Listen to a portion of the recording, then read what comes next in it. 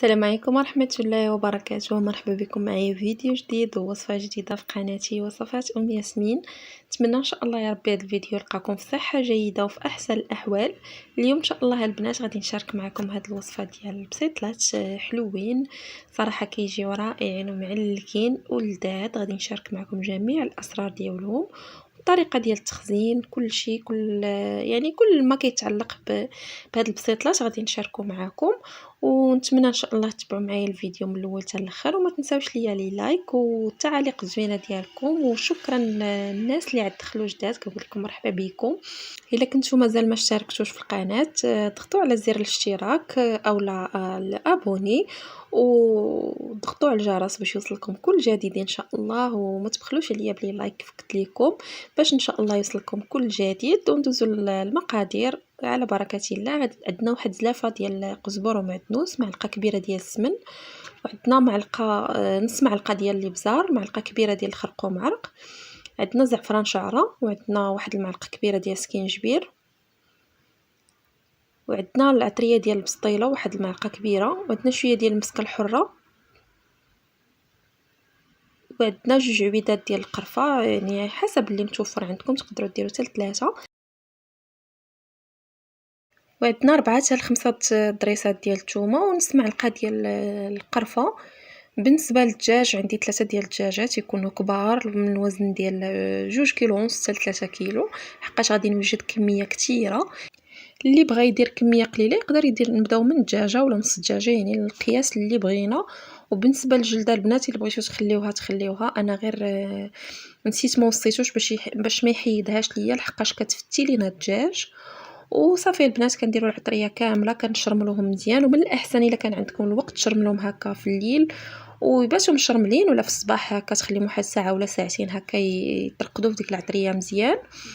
وصافي البنات كنزيد شويه ديال الماء والزيت، ما كنديروش نهائيا حتى كيقرب يطيب الدجاج، يعني كتبقى لي ديك 10 دقائق فوق البوطه عاد كنزيدوا الزيت وكنشرملوه مزيان، وكنشدوا داك الصدر هكا نشرحوه بالموس باش تدخل ليه العطريه مزيان. وصافي وغادي نحطو فوق البوطه. بالنسبه البنات كيف قلت لكم الا بغيتو ديروا واحد الكميه كثيره، انا هنا هذه كوموند، داكشي علاش خدمت واحد الكميه كثيره. بالنسبه للناس اللي كيبغيو اللي خدامين الله يحسن العوان كيبغيو هكا يوجدوا البسيطلات وهذا، يعني الحاجه اللي فيها المراحل وفيها شويه الخدمه كيوجدوها قبل رمضان ولا في رمضان نيت، ونوجدوها يعني خطره وحده ونحطوها في الكونجيلاتور، يعني غير كنجبدو نطيبو. ان شاء الله غادي نقول لكم الطريقه ديال التخزين ديالو. صافي البنات حطيته هنا فوق البوطه وشعلت عليه العافيه مهيله، وكنبقى مره كنقلب هكا، يعني كنقليهم مزيان في داك الماء ماشي في الزيت. صافي وغادي نزيد شويه ديال الماء. واهم حاجه البنات الدجاج خصو يطيب يعني تيولي بحال الزبده، يعني يولي هشيش بزاف. ديك الساعات عاد نقدروا نحيدو، يعني الا حيدناه وهو باقي شاد شويه في راسو. كيف كتعرفوا الدجاج فاش كيبرد يعني راه كيزيد يشد شويه في راسو، يعني اللهم يطيب مزيان، يعني واخا كيبرد كيبقى لينا فتي.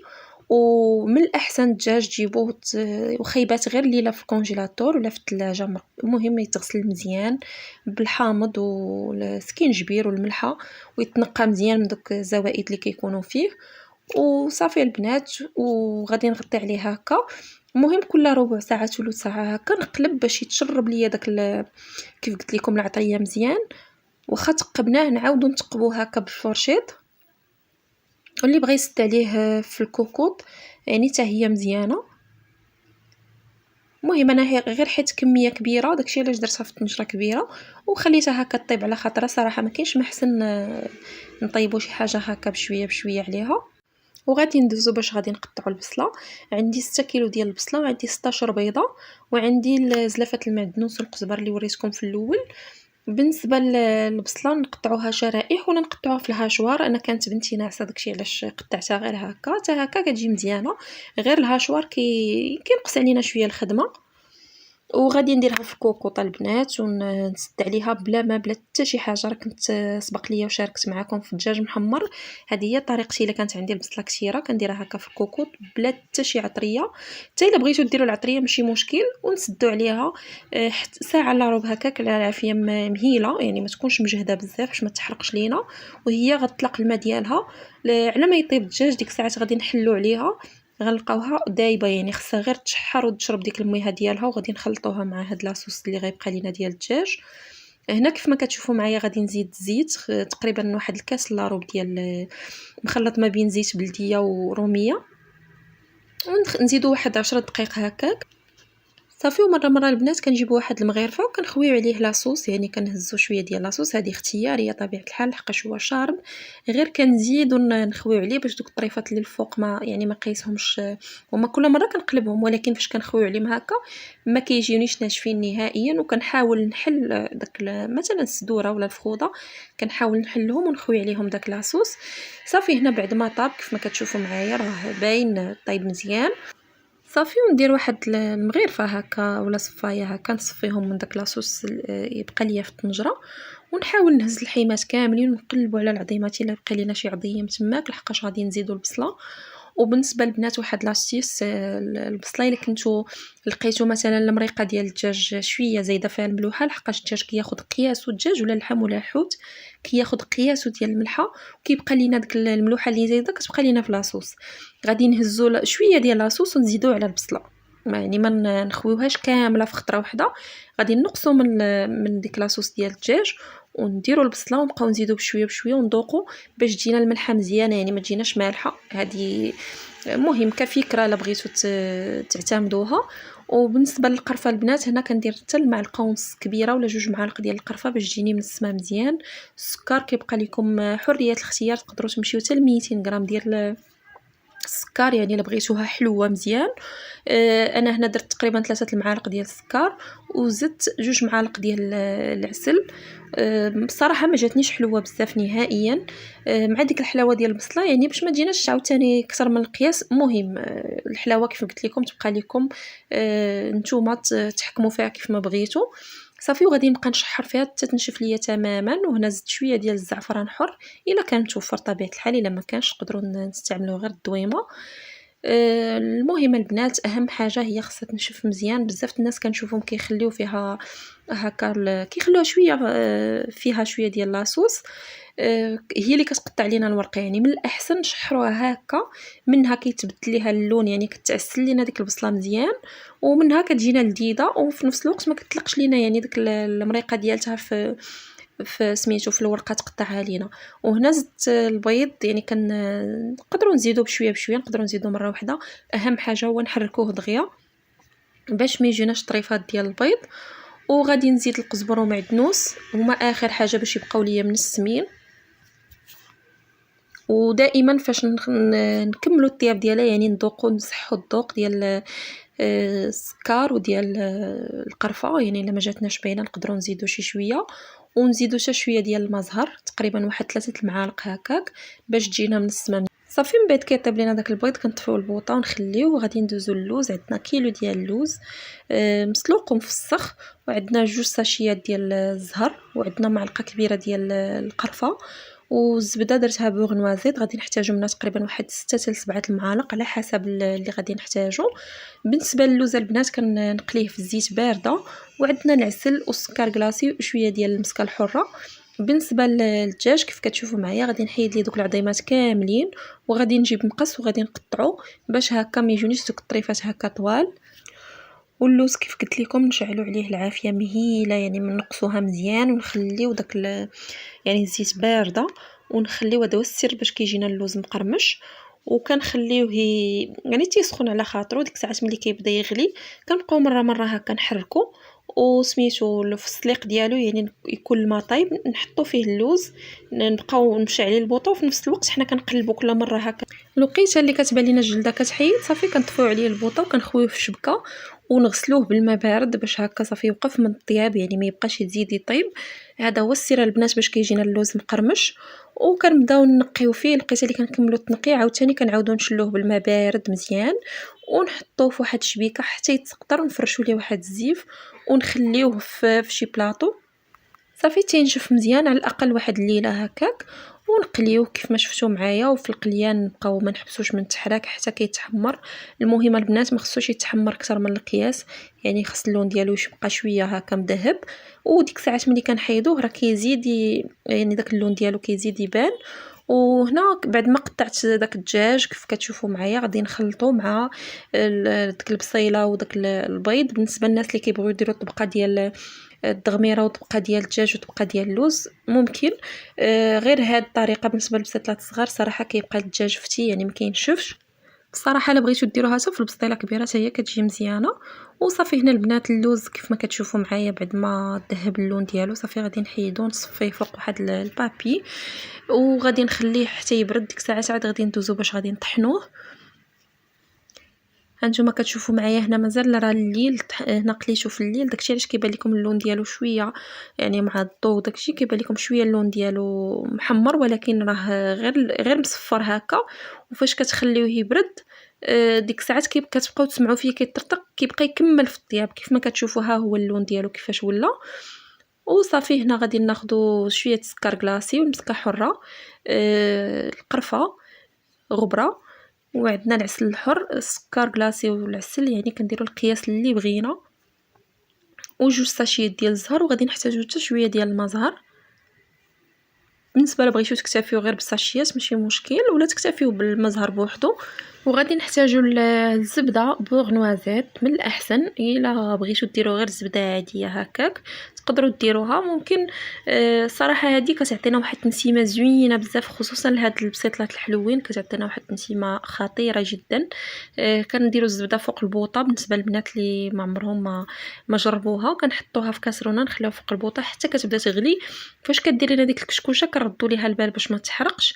الوقيته اللي داك الحليب يعني فاش كنحركوا هكا الكاسرونه ولا نديروا معلقه ونجبدوا داك الحليب ولا اللبن اللي كيكون فيها كنلقاوه رجع اللون ديالو بحال الكراميل. ديك الساعات كنطفيو عليها البوطه ودوك الحبيبات اللي كيكونوا لتحت نقدروا نستعملوهم تما صراحه كيكونوا منسمين زوينين بزاف.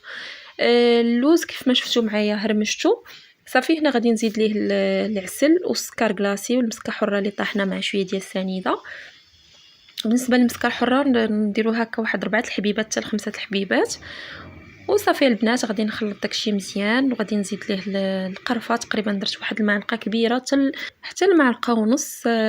ضروري البنات هنا في هذه المرحله نذوقوا باش هكا ما تجيناش زايده وما تجيناش ناقصه عاوتاني لحقاش خصهم يجيو منسمين بالقرفه مزيان. وهنا كيف ما كتشوفوا معايا خديت واحد شويه ديال الورقه قطعتها هكا على 4 باش غادي نستعملهم في القاعده ديال البسيطلات. نحيت لهم دوك الجنيبات ما غاديش نحتاجهم. هاد البسيطلات البنات غادي نطويهم معكم على شكل وريضه ومن بعد عاد غادي نوريكم وحيده ديال الطريقه ديال كيفاش نطويو البسيطلات عاديين يعني دايرين.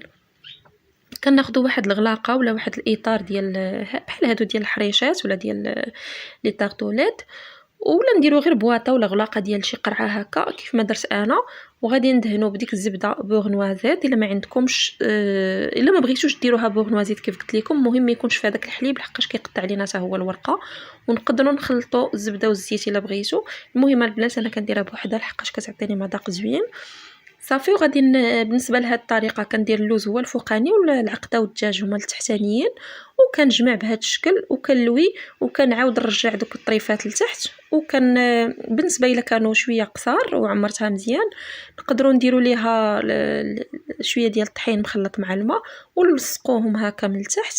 الا كانوا واصلين يعني ما نحتاجوش والا كانوا ما واصلينش البنات وما درتوش ما لصقتوهمش راه كتدخلوهم الفران كيطلعوا. يعني من الاحسن نديروا ليهم شويه ديال الخليط ديال يا اما صفار البيض يا اما شويه ديال الطحين مخلط مع الماء. صافي كيف كتشوفوا معايا في بلاصه ما ندير 2 ورقات كندير غير ربع ديال الورقه وورقه كامله وكندهنها مزيان بالزبده. وبهذه الطريقه البنات كنخدم غادي نعاود معكم واحد جويجات هكا باش تشوفوا معايا الطريقه مزيان. بالنسبه للوز كندير تقريبا واحد المعلقه كبيره باش يجيني باين وصراحه كيجي زوين بزاف. بالنسبه اللي بغى يستغنى عليه ما يديروش في هذه البسيطلات يقدر ولكن كيعطينا واحد المذاق زوين يعني كيجينا بحال كناكلو في بسطيله كبيره يعني اللي كنديرو في المناسبات